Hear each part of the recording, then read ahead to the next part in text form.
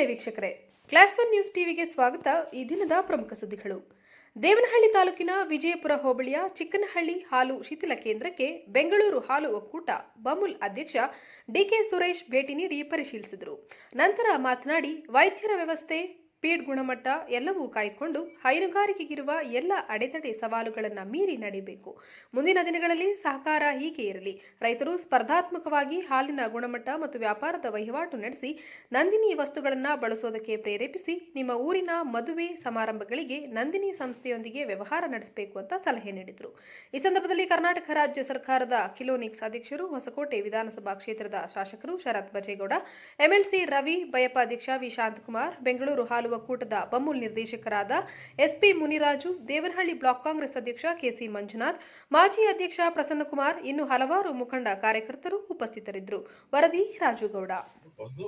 ಸಂಪೂರ್ಣವಾಗಿ ಹೇಳಿದ್ದಾರೆ. ನನಗೆ ಸಂತೋಷ ಆಯಿತು, ಉತ್ಸಾಹ ಇದೆಯಲ್ಲ ರೈತರಿಗೆ. ಚುನಾವಣೆ ನಡೆದಿದೆ, ಚುನಾವಣೆ ನಡೆದಿದೆ, ಗೆದ್ದಾಗಿದೆ, ಹೋರಾಟ ಆಗಿದೆ, ಒಂದಷ್ಟು ರವಿ ಹೇಳಿದ್ರೆ ಒಂದಷ್ಟು ಖರ್ಚು ಆಗಿರ್ಬೇಕು, ಚೆನ್ನಾಗೂ ಇರಬೇಕು, ಎಲ್ಲ ಆಗಿದೆ. ಆದರೆ ಏನೇ ಆದರೂ ಕೂಡ ಒಂದು ಸರ್ವಿಸ್ ಮಾಡಬೇಕು, ನಾನು ಕೂಡ ಇದರಲ್ಲಿ ಭಾಗವಹಿಸಬೇಕು, ಏನೇನು ವಿಚಾರಗಳು ಇದೆ ಅದನ್ನು ಸರಿಪಡಿಸಬೇಕು ಅಂತಕ್ಕಂಥ ಚಿಂತನೆಗಳಿದೆಯಲ್ಲ, ಆ ಚಿಂತನೆಗಳು ಬಹಳ ಮುಖ್ಯ.